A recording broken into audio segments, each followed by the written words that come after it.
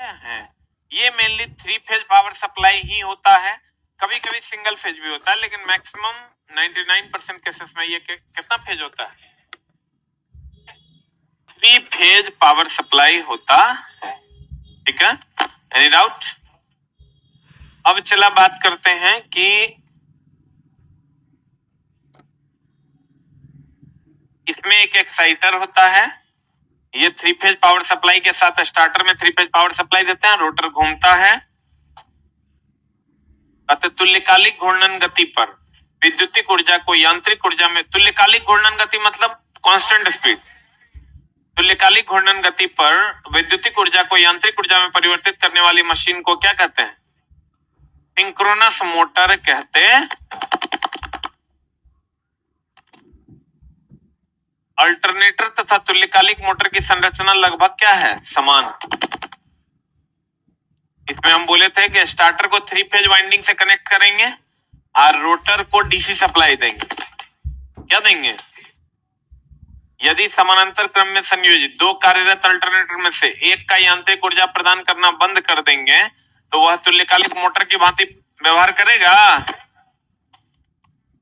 तुल्यकालिक मोटर स्वयं चालू एक्साइटर लगाना पड़ता है। फिर कहता तुल्यकालिक मोटर की महत्वपूर्ण विशेषता, इसका क्या है? कांस्टेंट स्पीड है। क्या है चला? नियत घूर्णन गति है। तुल्यकालिक मोटर एसी 3 फेज और डीसी सप्लाई पर चलता है। पिछले क्लास में बताया था चला, स्टार्टर को एसी 3 फेज सप्लाई देते हैं और रोटर को क्या देते हैं? DC supply. आई तो सबको पता है एनएस बराबर 120 एफ बाई पी। एनएस तुल्यकालिक गति है, एफ सप्लाई आवृत्ति है और पी पोल्स की क्या है? संख्या। यह मोटर शक्ति गुणांक के बहुत बड़े रेंज पर चलता है, लीडिंग और लैगिंग दोनों पर। सही है ना? यहां तक हम पिछले क्लास में पढ़ाए थे आपको। अब बात करते हैं तुल्यकालिक मोटर की किस्में। तुल्यकालिक मोटर 2 प्रकार का होता है, एगो सामान्य तुल्यकालिक मोटर है, एगो ऑटो तुल्यकालिक मोटर। सामान्य तुल्यकालिक मोटर में ही कुछ अगर हम सुधार कर देते हैं तो ऑटो तुल्यकालिक मोटर हो जाता है। ठीक है, ये 2 प्रकार का हम पीछे आपको पढ़ाए थे। साइलेंट पोल रोटर 2 प्रकार का था, एक सिलेंड्रिकल पोल रोटर, एक साइलेंट पोल रोटर, याद है? तो यहां हम लोग मेनली साइलेंट पोल रोटर का प्रयोग करेंगे। क्या मामला है गौर फरमाए। सिलेंड्रिकल चला लंबा होता था कि कम लंबा? नाम है सिलेंड्रिकल, तो लंबाई ज्यादा व्यास कम। और साइलेंट पोल रोटर होगा तो व्यास ज्यादा और लंबाई कम। क्लियर है? वाह। अच्छा, क्वेश्चन जो पूछता है ना उसका कोई स्टैंडर्ड ही नहीं होता है, तो आप नॉर्मल स्टैंडर्ड के क्वेश्चंस पूछे जाते हैं। ठीक है, हम लोग तो चला बहुत हाईफाई अभी पढ़ रहे हैं। आप ये समझ लीजिए कि क्लास का 30 to 40% अगर आपको समझ में आता है तो आप वहां जाके 100% क्वेश्चन बना पाइए। 40% वो जो दिए होंगे एग्जाम उनको पता चला हो। अभी ये क्वेश्चन था कल का 1010 पूछा था, 10101 इसका बाइनरी था ना। हमको लगता है पूरे क्लास में इससे आसान बातें नहीं है कुछ। और डिजिटल जब पढ़ाते हैं तो 1 दूना 2, 2 दूनी 4, 4 दूनी 8, 8 4 12 1 13, यही क्वेश्चन था जो कि एक लाइन का सवाल था। तो जो भी होगा 8 4 यहाँ 8 हो जाएगा, यहाँ 16 हो जाएगा, जो भी होगा बहुत आसान है। तो चला, अब सिंक्रोनस मोटर है तो इससे सवाल आपको क्या पूछेगा? सिंक्रोनस मोटर पूछेगा कि बताइए इसकी गति जो है उच्च होती है, निम्न होती है कि नियत होती है? नियत होती है। लेकिन हम लोग इसके बहुत डीप में जाके पढ़ेंगे कि क्या मामला है। क्वेश्चन अगर एक आध को भी उल्टा पुल्टा मिला उसको ज्यादा बनाइएगा तभी ना आपका काम होगा। सामान्य तुल्यकालिक मोटर पूरे 7 से 6 सेट में 3 क्वेश्चन पूछा गया पिछले बार एएलपी में। सामान्य तुल्यकालिक मोटर क्या है? सामान्य तुल्यकालिक मोटर जैसे हम बोले थे जैसा था वैसा है।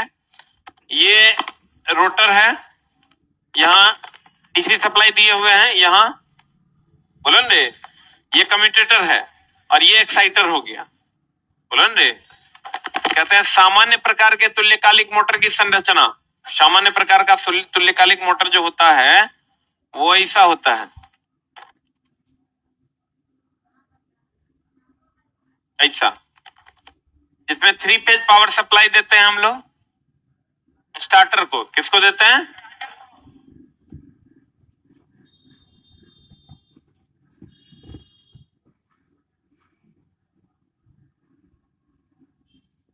सामान्य प्रकार के तुल्यकालिक मोटर की संरचना 3 फेज अल्टरनेटर के समान ही होती है। जैसा 3 फेज जनरेटर है वैसा ही होता है, खाली 3 फेज जनरेटर में हम 3 फेज करंट सप्लाई लेते हैं, एकरा में 3 फेज करंट सप्लाई देते हैं। देखिए RYB है ना, रेड है, येलो है, ब्लू है। कहता है स्टार्टर पर, किस पर, 3 फेज वाइंडिंग स्थापित की जाती है जिसे AC सप्लाई से संयोजित, स्टार्टर कौन चला 3 फेज सप्लाई दिया जाता है, ये रोटर है, और रोटर को DC सप्लाई देते हैं, और स्टार्टर को क्या देते हैं, 3 फेज सप्लाई देते हैं। बोलो ने, रोटर पर स्थायी ध्रुवता पैदा करने के लिए DC उत्तेजित पोल स्थापित किए जाते हैं। देखो ये रोटर है, ये तो सिलिकॉन स्टील है चला, तो ये ऑलरेडी मैग्नेट है, लेकिन इस पे और मैग्नेटिक फील्ड जनरेट करने के लिए इसमें अलग से वाइंडिंग लपेटा हुआ है कि नहीं है। कहते हैं रोटर पर अस्थायी ध्रुवता पैदा करने के लिए DC उत्तेजित पोल स्थापित किए जाते हैं। देखो चला, ये एक्साइटर का एक और काम क्या है, जैसे इसके मैग्नेटिक फील्ड को कम ज्यादा आप नहीं कर सकते, लेकिन इसके पावर सप्लाई को आप कम ज्यादा करके मैग्नेटिक फील्ड पे कंट्रोल कर सकते हैं। जो चुंबकीय बल रेखाएं हैं उस पर क्या कर सकते हैं, कंट्रोल कर सकते हैं। कहते हैं देखिए क्या है, रोटर को आप DC सप्लाई दिए, यहां से AC सप्लाई इसको दे दिए, किसको, स्टार्टर को। ये नॉर्थ पोल साउथ पोल था ही, इस पर एक अलग से कॉइल लपेट के DC सप्लाई दे दिए। ये मैग्नेटिक लाइन्स ऑफ फोर्स को बढ़ा देगा, घटा देगा। बहुत बढ़िया। अतः यह मोटर स्वयं स्टार्ट नहीं होता, इसे स्टार्ट करने हेतु स्क्वायरल पिंजरल संरचना या टेम्पर वाइंडिंग का प्रयोग किया जाता है। आप ये समझिए कि डेम्पर वाइंडिंग और कंपनसेटिंग वाइंडिंग 2 प्रकार का वाइंडिंग होता है। दोनों का लगभग काम सेम भी है, लगभग काम अलग अलग भी है। टेम्पर वाइंडिंग का काम है डैम्पिंग को रोकना, डैम्पिंग मतलब अनबैलेंसिंग को रोकना।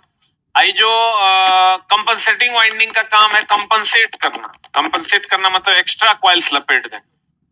तो चला, ये जो अगर ये स्वयं स्टार्ट नहीं होता है तो स्क्वायरल केज पिंजरन संरचना या डेम्पर वाइंडिंग का प्रयोग करता है। स्क्वायरल केज पिंजरन संरचना वाला जो रोटर है इसको हम लोग आगे पढ़ने वाले हैं। और डेम्पर वाइंडिंग हमने कहा एक्स्ट्रा वाइंडिंग लपेटते हैं, तो एक्स्ट्रा वाइंडिंग लपेटते हैं, चला मैग्नेटिक लाइन्स ऑफ फोर्स की संख्या बढ़ जाएगी तो अपने स्टार्ट हो जाएगा।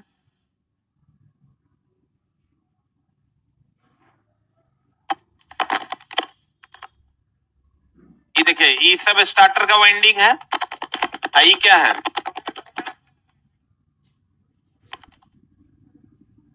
ये चला रोटर है, बोलो ने। इसी पर हम एक्स्ट्रा वाइंडिंग यहां लपेट दिया, डेम्पर वाइंडिंग। कौन वाइंडिंग,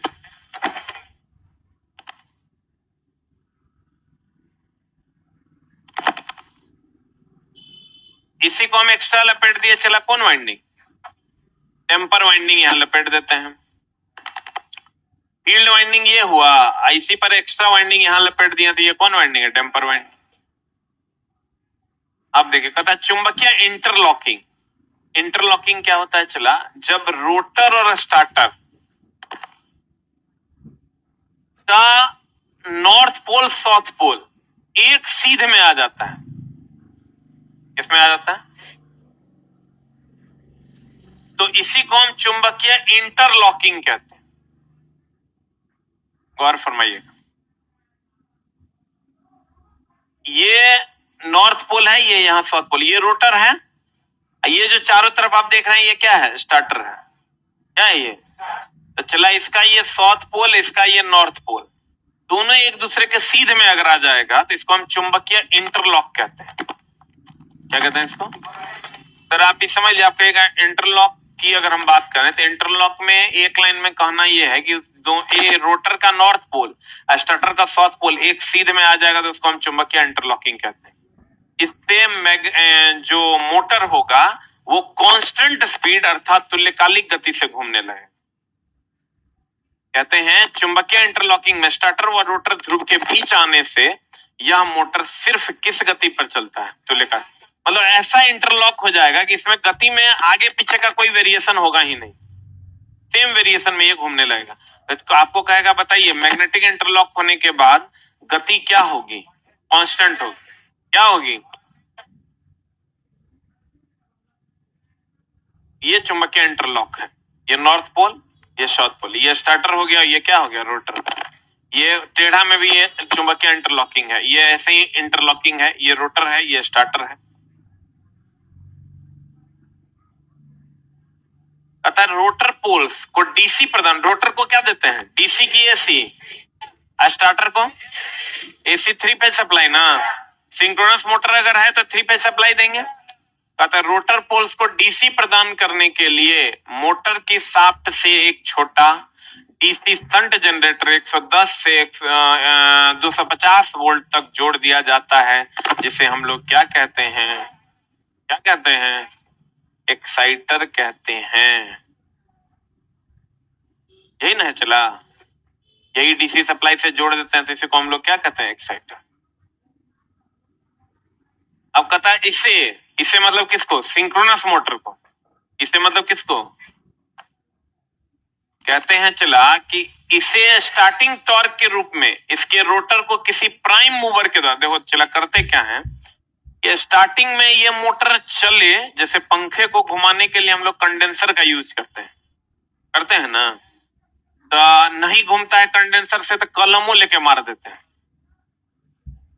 तो कलम लेके मार देता है तो घूमने लगता है।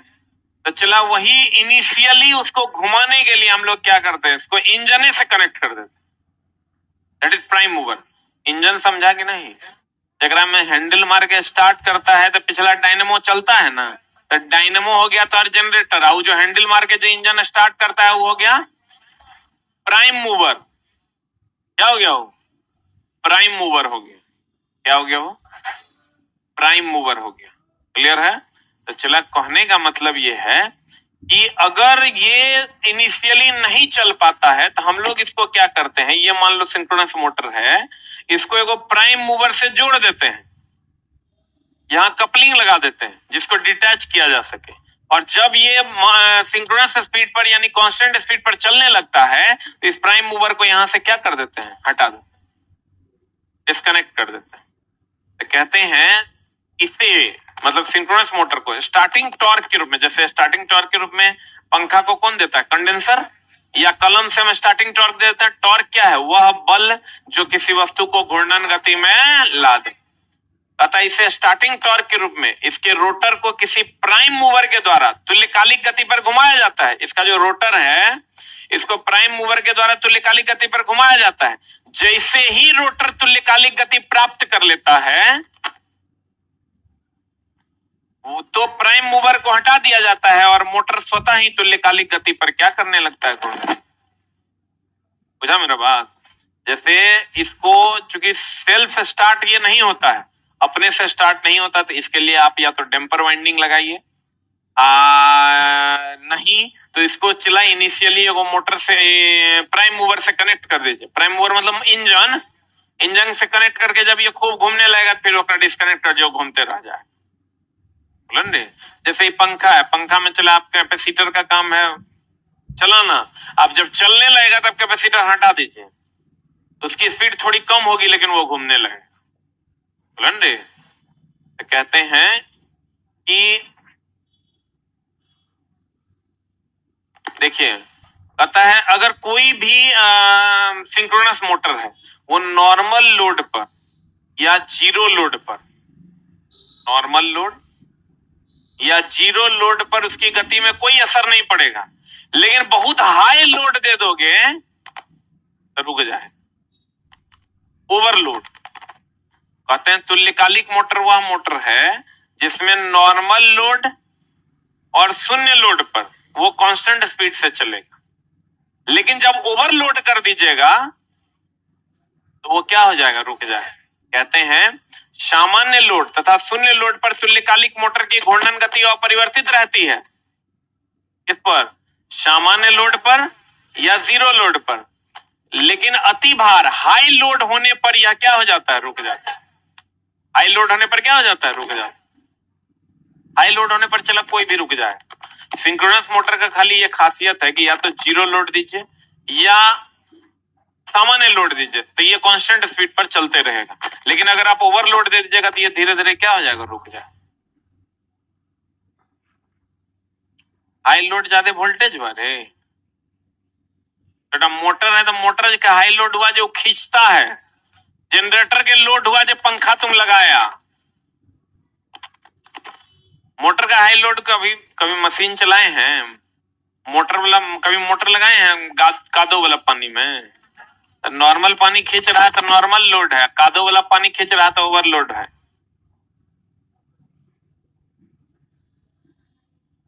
सिंक्रोनस मोटर ये को चला क्वेश्चन ना आपको हर जगह से पूछता है कि कौन मोटर का उपयोग कहाँ करते हैं। इसका क्वेश्चन खूब पूछता है। वो लिस्ट है बनवा दिए हम, वो आपको मिल जाएगा, उसको टिक टिका के पढ़िएगा। एक दो क्वेश्चन हर एग्जाम में डायरेक्ट मिले, मतलब किस मोटर, डीसी कंपाउंड मोटर का उपयोग कहाँ होता है, डीसी सीरीज मोटर का उपयोग कहाँ होता है, वगैरह वगैरह, सिंक्रोनस मोटर का उपयोग कहाँ होगा, तो सबका एक लिस्ट हम बना दिए। जितना एग्जाम में पूछा हुआ क्वेश्चन है उसको हम बोले हैं सर को बढ़िया से टेबल बना के अरेंज करने, अरेंज हो जाएगा। तो आपको जो फॉर्मूला वाला हम सारा एक साथ मिलेगा तो वो भी मिल जाएगा, ठीक ना। कहता फील्ड एक्साइटेशन, कौन एक्साइटेशन चला, फील्ड एक्साइटेशन को परिवर्तित करके मोटर का पावर फैक्टर, देखिए ये हमेशा ध्यान रखिएगा चला जी, कि मोटर का पावर फैक्टर परिवर्तित किया जा सकता है, यानी उत्तेजना बढ़ाने से पावर फैक्टर सुधरता है। एक बात हम बार बार बोले हैं कि उत्तेजना बढ़ाइएगा या कुछ भी बढ़ा दीजिएगा पावर फैक्टर सुधरेगा। अगर आप इसको डीसी सप्लाई दे रहे हैं, इसका मतलब इसमें जो कॉइल लपेटा हुआ है इसके सप्लाई को तो हम कंट्रोल भी कर सकते हैं रेजिस्टेंस लगा के। जब आप इसको कंट्रोल कर लीजिएगा तो मैग्नेटिक फील्ड कंट्रोल हो जाएगा। आज जब मैग्नेटिक फील्ड अगर मान लिया करंट सप्लाई बढ़ा दीजिएगा, मैग्नेटिक फील्ड बढ़ जाएगा, मैग्नेटिक फील्ड जो बढ़ जाएगा तो पावर फैक्टर भी बढ़ जाएगा, सुधर जाएगा। बोलन रे, अगर डीसी सप्लाई जो हम दे रहे हैं फील्ड वाइंडिंग को, अगर ये उत्तेजित हो गया, क्या हो गया, उत्तेजित हो गया, और उत्तेजना के कारण हमारा पावर फैक्टर सुधरेगा कि उत्तेजक इसीलिए लगाते हैं पावर फैक्टर सुधरे और हम फील्ड को कंट्रोल कर सके, करंट सप्लाई को कंट्रोल करके इसका मैग्नेटिक फील्ड कंट्रोल कर सके। आप कहेंगे मैग्नेटिक फील्ड कैसे देता है, तो चला रूल है कि अगर किसी तार से विद्युत धारा प्रवाहित की जाती है तो उसके चारों तरफ चुंबकीय क्षेत्र जनरेट होता है। बोलन रे, तो कहते हैं क्षेत्र उत्तेजना को परिवर्तित करके मोटर का पावर फैक्टर परिवर्तित किया जा सकता है, यानी उत्तेजना बढ़ाने से पावर फैक्टर क्या हो जाता है।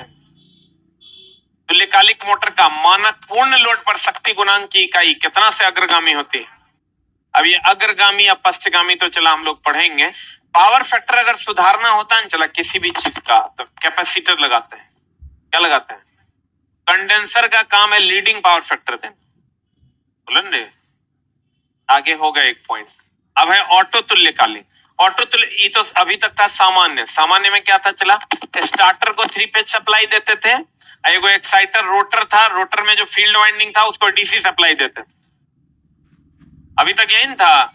अब चला हम लोग कर रहे हैं ऑटो तुल्यकालिक मोटर। इस सामान्य में कुछ सुधार देंगे, ये हो जाएगा, और सुधार इसलिए देंगे कि स्टार्ट करने में आसानी हो, इसमें आसानी, स्टार्ट करने में आसानी हो, इसीलिए सुधारेंगे।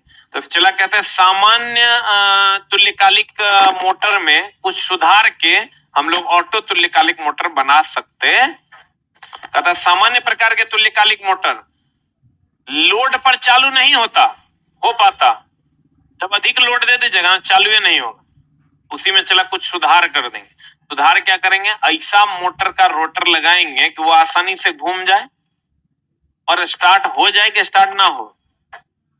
कहते सामान्य प्रकार के तुल्यकालिक मोटर लोड पर चालू नहीं हो पाता क्योंकि उनका प्रारंभिक बल आघूर्ण क्या होता है, प्रारंभिक बल आघूर्ण 0 होता है, तो इसको बढ़ाना पड़ेगा।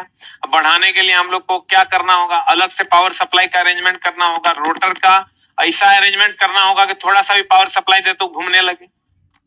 बोलन रे, उसी को हम लोग कहते हैं ऑटो तुल्यकालिक। सामान्य प्रकार के तुल्यकालिक मोटर को लोड पर चालू करने के लिए कुछ सुधार करके ऑटो तुल्यकालिक मोटर बनाया जाता है। यह निम्न प्रकार का है। पहला होगा इंडक्शन टाइप ऑटो तुल्यकालिक। कौन टाइप चला,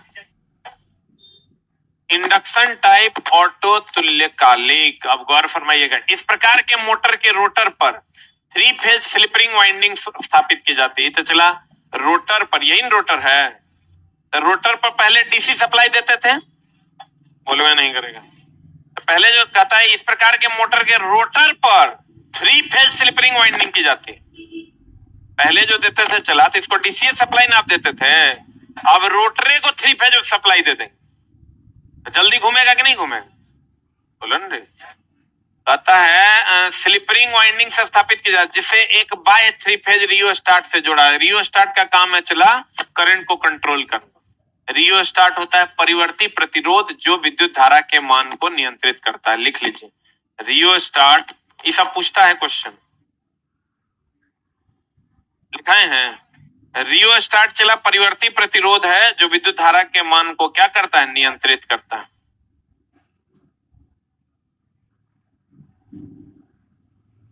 रियो स्टार्ट परिवर्ती प्रतिरोध है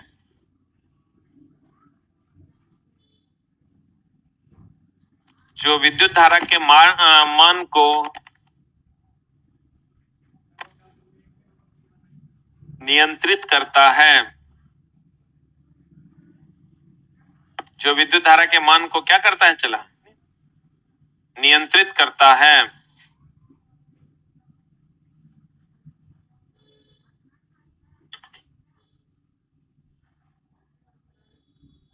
हो गया।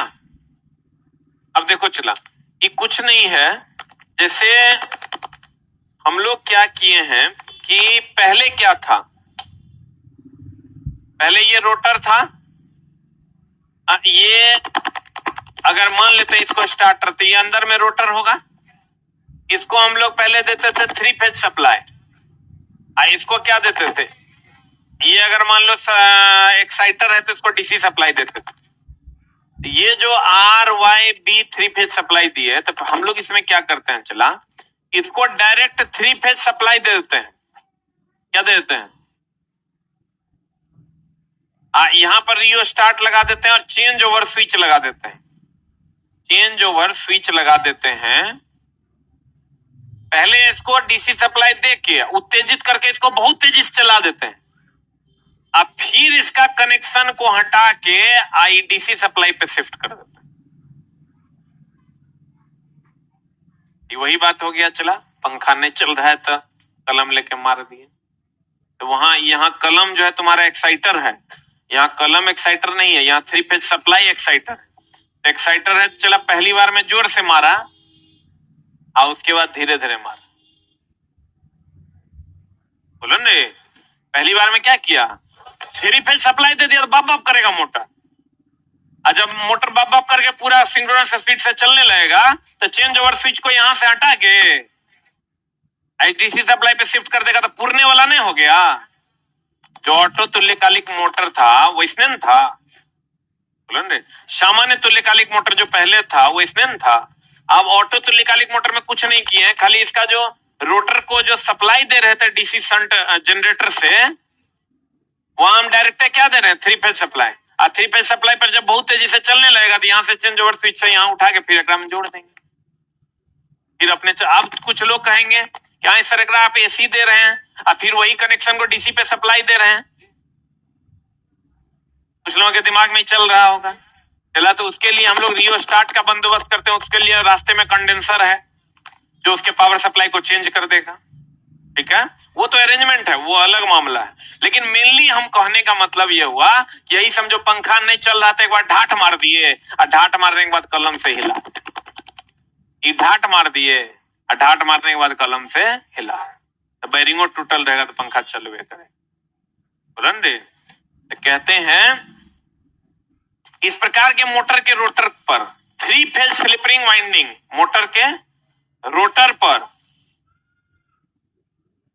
3 फेज स्लिप रिंग वाइंडिंग स्थापित की जाती है, जिसे एक बाह्य 3 फेज रियो स्टार्ट से क्या कर दिया जाता है, जोड़ दिया जाता है। अब फिर कहता है प्रारंभ में motor 3 phase slip ring induction motor की तरफ प्रारंभ होता है तथा तुल्यकालिक गति पर पहुंचने के बाद रोटर के कनेक्शन को चेंज ओवर स्विच के द्वारा रियो स्टार्ट से हटाकर उत्तेजक से क्या कर दिया जाता है, जोड़ दिया जाता है। यह इकाई पावर फैक्टर, इकाई पावर फैक्टर सबसे बेहतरीन पावर फैक्टर होता है, इकाई पावर फैक्टर पर काम करता। फिर कहता है चला थोड़ा सा और सुधार क्या करेंगे हम लोग, रोटरे को बदल देंगे। अब रोटर कैसा लगाएंगे, चला साइलेंट पोल टाइप ऑटो तुल्यकालिक मोटर। कौन पोल? साइलेंट पोल कैसा होता था? व्यास बड़ा, लंबाई छोटा। बहुत बढ़िया, यही ना होता था, व्यास बड़ा लंबाई छोटा। पता है इस प्रकार के मोटर के रोटर पर साइलेंट पोल बनाए जाते हैं। रोटर को कैसा बनाया जाता है? साइलेंट पोल। रोटर के उभरे भाग को स्क्वायरल केज रोटर की भांति बनाते हैं तथा धसे हुए भाग को उत्तेजक से जोड़कर वाइंडिंग किया जाता। देखो ये जो उभरा हुआ भाग हो गया, ये जो अंदर वाला भाग है क्या है? धसा हुआ। एक्स्ट्रा कॉइल लपेट देते हैं, कॉइल लपेट के सप्लाई दे देते हैं। इसमें बाय रियोस्टाट और चेंज ओवर स्विच की आवश्यकता नहीं है। क्यों नहीं है? क्योंकि ऑलरेडी इस पर एक्स्ट्रा वाइंडिंग हम लपेट दिए हैं, इसको शिफ्ट करने की कोई जरूरत, यही समझिए उत्तेजक को ही स्ट्रॉन्ग बना दी। जो 3 फेज सप्लाई दिए फिर डीसी से जोड़े, उससे बढ़िया है उत्तेजक को स्ट्रॉन्ग बना दिया जाए। बोलो रे, तो बताओ चेंज ओवर स्विच और रियोस्टाट का जरूरत है? हम चला गौर फरमाइएगा। फिर क्या कहता है, जब किसी तुल्यकालिक मोटर का पावर फैक्टर सुधारने के लिए प्रयोग किया जाता है तो उसे तुल्यकालिक कंडेंसर कहते हैं। क्या कहते हैं? ये हमेशा ध्यान रखिएगा, कैपेसिटर या कंडेंसर पावर फैक्टर को सुधारता है। क्या करता है? कहता है इस अवस्था में मोटर शून्य लोड एवं अति उत्तेजन पर प्रचालित हो जाता है। अब चला कहता है सिंक्रोनस मोटर की निम्न तरीके से स्टार्ट किया जाता है, डीसी कंपाउंड मोटर के साथ कपलिंग करके, डीसी इंडक्शन मोटर के साथ कपलिंग करके और डेम्पर वाइंडिंग या पिंजरा कुंडलन। एक बार चला फिर से समझने की कोशिश कीजिएगा, हम समझाते हैं। देखिए सिंक्रोनस मोटर वह मोटर है जो कांस्टेंट स्पीड पर चलता है, इसमें किसी को कोई डाउट है? पक्का? सिंक्रोनस मोटर वह मोटर है बाबू जो कांस्टेंट स्पीड पर चलता है। हम लोगों को कांस्टेंट स्पीड की जरूरत होती है क्योंकि स्पीड में वेरिएशन अगर बहुत ज्यादा होगा तो हमारा काम होगा नहीं, क्योंकि हर जगह हम अधिकतर जगहों पर कांस्टेंट स्पीड चाहिए होता है। अब पानी मोटर खींच रहा है तो वहां कांस्टेंट स्पीड नहीं हो रहेगा, क्या फर्क पड़ेगा? टंकी में पानी जा रहा है, अब मान लो कभी पानी कम फेंका कभी पानी ज्यादा फेंका, क्या फर्क पड़ जाएगा? तो आप देखते होंगे घर में जो मोटर लगल रहता है, जो पानी खींच के भेजता है ओकर स्पीड कम ज्यादा होते रहते हैं। वो वोल्टेज पर डायरेक्ट डिपेंड करता है। वोल्टेज सप्लाई अगर उसका कम हुआ तो अगर स्पीड कम हो जाता है, वोल्टेज सप्लाई ज्यादा हुआ तो अगर स्पीड, कभी कभार वो मोटर देखिएगा नहीं चलते रहता तो हम लोग हाथ से ऐसे मार देते हैं, मारते हैं ना। तो चला जी, जब वोल्टेज आपका कम ज्यादा होने से उसमें बहुत फर्क नहीं पड़ता है, कम पानी खींचे कि ज्यादा पानी खींचे, हमको तो भरने से मतलब है। लेकिन वही अगर आटा चक्की के मिल में मोटा पीसे पतला पीसे हमको खाने से मतलब है, ऐसा होता है क्या? तो वहां चला आपको कांस्टेंट स्पीड चाहिए, तो कांस्टेंट स्पीड चाहिए तो उसके लिए आपको नॉर्मल मोटर से काम नहीं चलेगा, सिंक्रोनस मोटर चाहिए। सिंक्रोनस मोटर में 3 फेज सप्लाई पर ये चलता है और 3 फेज सप्लाई पर ये कांस्टेंट स्पीड से चलता है। अब रही बात 3 फेज सप्लाई कांस्टेंट स्पीड से चलता है, बहुत बढ़िया बात है, लेकिन ये ऑटोमेटिक स्टार्ट नहीं होता है क्योंकि बहुत भारी होता है, हैवी वेटेड भी होता है और उतना घूर्णन इनिशियली उतना टॉर्क जनरेट करना संभव नहीं होता है कैपेसिटर या कंडेंसर लगा करके। उसको हम लोग क्या करते हैं, एगो अलग से एक्साइटर लगाते हैं, एक्साइटर लगाते हैं, उसको डीसी सप्लाई देते हैं, डीसी सप्लाई देते हैं, उसको कहते हैं कि तुम जो है प्रारंभिक रूप से धक्का मारने का काम तुम करो। अभी कहता है ठीक हम धक्का मारने का काम करेंगे, लेकिन जब लोड ज्यादा हो जाएगा तो हम नहीं धक्का मार पाएंगे। कम लोड पड़ता है एक्साइटर से काम चल जाएगा, डीसी जनरेटर लगा दोगे और एक्साइटर से काम चल जाएगा, वो धक्का मार देगा और चला भी देगा। लेकिन कहता है फिर टी हो गया सामान्य प्रकार का।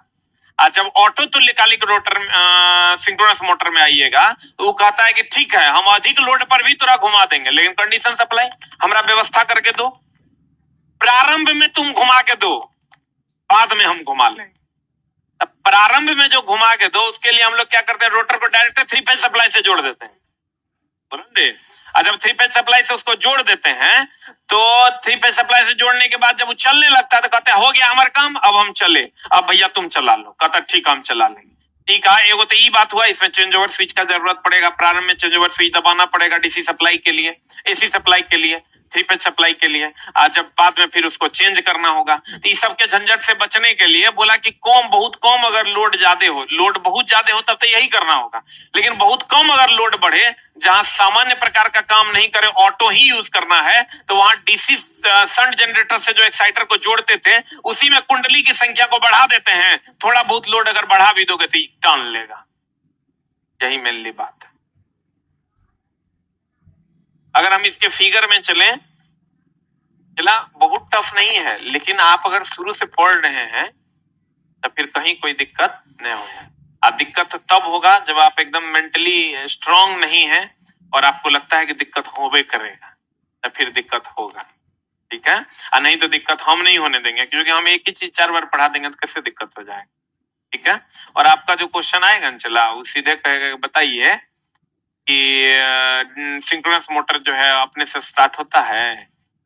हम कहेंगे अपने से स्टार्ट नहीं होता है, नहीं होता है, हो भी सकता है, नहीं भी हो सकता है। नॉर्मल क्वेश्चन पूछता है। एक आध दो को जो हार्ड पूछता है वो तो हम दे दिए हैं। अब देखिएगा नॉर्मली जो क्वेश्चन है वो दिया हुआ है।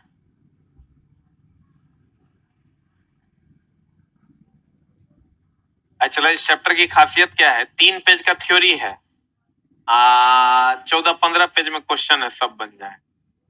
इतने थ्योरी पर है, 15 पेज का क्वेश्चन होगा, तुम गौर से देखो मिल जाएगा। जितना थ्योरी है ना, अगर 5 गुना क्वेश्चन है, आप बना के देखोगे तो 95% प्लस क्वेश्चन बन जाए। उसी हिसाब से अरेंज है ही चैप्टर। पुराना किताब होगा, देखो ना, पुराना या नया, 187 क्वेश्चन। अभी क्वेश्चन कुछ बढ़ा भी है।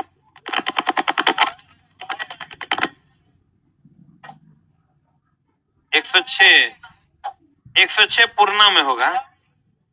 अच्छा, नया में है, सर हम 187 कैसे हैं?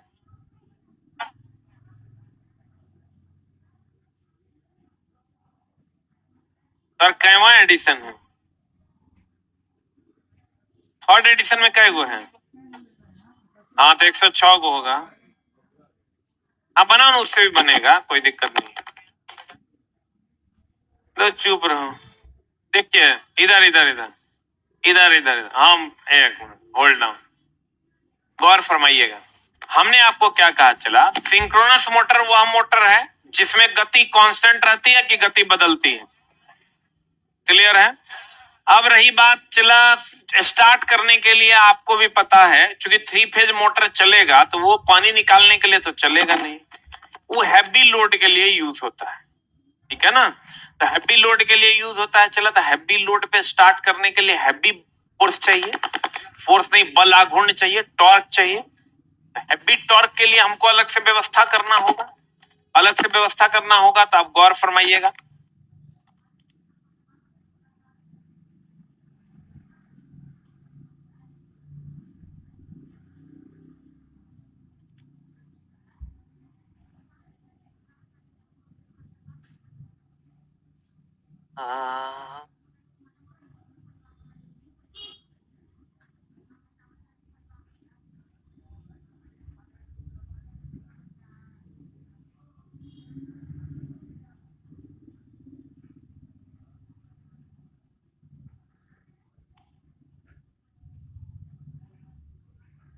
देखिए, अब गौर से देखिए, यहाँ DC supply to rotor winding दिया हुआ है। कौन सप्लाई? अब चला, आपको ये पता होना चाहिए कि कैपेसिटर जो है वो एसी पावर सप्लाई को जाने देता है और डीसी को स्टोर करता है। क्या करता है? स्टोर जब भी करेंगे डीसी को ही करेंगे, एसी को कोई स्टोर कर सकता है क्या? तो यहाँ स्टोर डीसी सप्लाई जो है वो हम लोग इसको दिए हैं। हम बोले कि भैया तोरा घूमने में दिक्कत ना है, घूमेगा तबे ना चला कुछ खींचेगा। ये कह रहा है हमको घूमने में दिक्कत है, हैवी लोड है। हम कहे भैया घूमने में दिक्कत है तो तोरा हमको ये बात पता है कि F बराबर BIL साइन थीटा होता है। F बराबर BIL साइन थीटा होता है। F बराबर B के जगह पर फाई बटा A I into L sine theta होता है। अब फाई का मान अगर हम फ्लक्स का मान बढ़ा देंगे तो लगने वाला बल बढ़ जाएगा। हम जैसे अगर हमको ये भी पता है कि करंट सप्लाई जब देते हैं तो magnetic lines of force generate होता है। आई मैग्नेटिक लाइन्स ऑफ फोर्स की संख्या को ही हम फ्लक्स कहते हैं। करंट जब आप दीजिएगा तो मैग्नेटिक लाइन्स ऑफ फोर्स की जनरेट होगा। अब मैग्नेटिक लाइन्स ऑफ फोर्स की संख्या के समूह को ही हम क्या कहते हैं? क्या कहते हैं? फ्लक्स कहते हैं। तो अगर ये फ्लक्स की मात्रा बढ़ेगी तो फ्लक्स की मात्रा बढ़ेगी तो लगने वाला बल बढ़ जाएगा। तो हम यहां से चला करंट सप्लाई देते हैं, जो करंट सप्लाई देते हैं तो ये मैग्नेट जो जनरेट कर पाता है। हम जब यहां से करंट सप्लाई देते हैं तो ये जो कॉइल है ये magnetic lines of force generate करता है। तो magnetic lines of force generate करता है तो मैग्नेटिक लाइन्स ऑफ फोर्स के समूह को फ्लक्स कहते हैं। तो फ्लक्स की संख्या बढ़ जाती है तो लगने वाला बल बढ़ जाता है। अब कहता है भैया तू घूम नहीं पा रहा है तो लगने वाला बल बढ़ गया, अब तुम घूम जाओ। ये कहता है ठीक है, नॉर्मल लोड पर तो हम चला लेंगे, लेकिन और ज्यादा लोड बढ़ गया तब। लोड अगर और ज्यादा बढ़ गया तो कहता है ठीक है, तब डीसी पावर सप्लाई की जगह पर हम तुमको कुछ देर के लिए प्रारंभ में दिक्कत होगा, कुछ देर के लिए तुमको हम एसी 3 फेज सप्लाई से जोड़ देते हैं। ये हो गया, ये नॉर्मल है, इस सामान्य तुल्यकालिक मोटर है। ऑटो तुल्यकालिक मोटर जब होगा तब उसमें दो उपाय है। ऑटो तुल्यकालिक उससे भी हैवी लोड पर होगा। हैवी लोड पर होगा तो ऑटो तुल्यकालिक मोटर को हम लोग कहते हैं अच्छा तुमको चलाना है तो अगर उपाय क्या है? तो उपाय ये है कि इसको चला हम लोग पहले 3 फेज सप्लाई से जोड़ देते हैं और फिर बाद में चेंज ओवर स्विच के द्वारा फिर डीसी सप्लाई से जोड़ देंगे। अब फिर कहता है कि नहीं, हम बार बार 3 फेज सप्लाई से नहीं जोड़ेंगे, बार बार चेंज ओवर स्विच नहीं दबाएंगे। तो कहेंगे ठीक है, तोरे मजबूत कर देते हैं, एकरे मजबूत कर देंगे। जब एकरा मजबूत कर देंगे चला ये मैक्सिमम करंट का सप्लाई करेगा तो मैक्सिमम लाइन्स ऑफ फोर्स बनेगा। अभी जितना बन रहा था मैग्नेटिक लाइन्स ऑफ फोर्स और बढ़ जाएगा। बोलन रे, तो थोड़ा बहुत लोड अगर बढ़ेगा तो ये मैनेज कर लेगा, लेकिन बहुत ज्यादा लोड अगर बढ़ेगा तब तो चला वो काम करना पड़ेगा। ठीक है, और ये हमेशा ध्यान रखना है चला कि अगर इंटरलॉकिंग होगा तो तुल्यकालिक स्पीड पर चलने लगेगा। बोलन रे, इंटरलॉकिंग कब होगा? जब रोटर का नॉर्थ पोल और स्टार्टर का साउथ पोल आमने सामने आ जाएगा। कंडेंसर लगा देंगे तो पावर फैक्टर सुधर जाएगा। बोलन रे, इकाई तक भी जा सकता है। मैक्सिमम पावर फैक्टर का मान कितना होता है? एक। कितना होता है पावर फैक्टर? क्या है तो हम लोग अल्टरनेटिंग करंट पॉलीफेज सिस्टम में पढ़ेंगे। पावर फैक्टर अभी एक लाइन में ई मैक्स सिंक्रोनस मोटर जो है लीडिंग और लैगिंग दोनों पावर फैक्टर पर काम करता है। बोलन रे, अब दो मोटर का अगर दो जनरेटर का सिंक्रोनाइजेशन कर देंगे, एक जनरेटर का प्राइम मूवर हटा देंगे, जगह हटाएंगे वो मोटर की तरह व्यवहार करेगा। बोलन रे, यही तो हम लोग पढ़े हैं अभी। बोलिए, थोड़ा बहुत भी गया, आंसर मार दिया। हाँ क्या क्या बाहर से नहीं देंगे तो नहीं चलेगा, कैसे चल जाएंगे? तब इतना हम बाप बाप कहल कर रहे हैं। अरे तब तू लाठी लेके ठेलना, तो तू अपन लाठी सप्लाई देना तब चलेगा।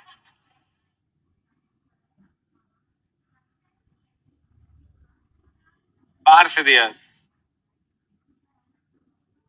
चला, तो आप सिंक्रोनस मोटर में जो आप सप्लाई देते हैं ना, तो डिपेंड करता है आपका लोड कितना ज्यादा है। लोड अगर नॉर्मल है तो नहीं हो जाएगा, चले।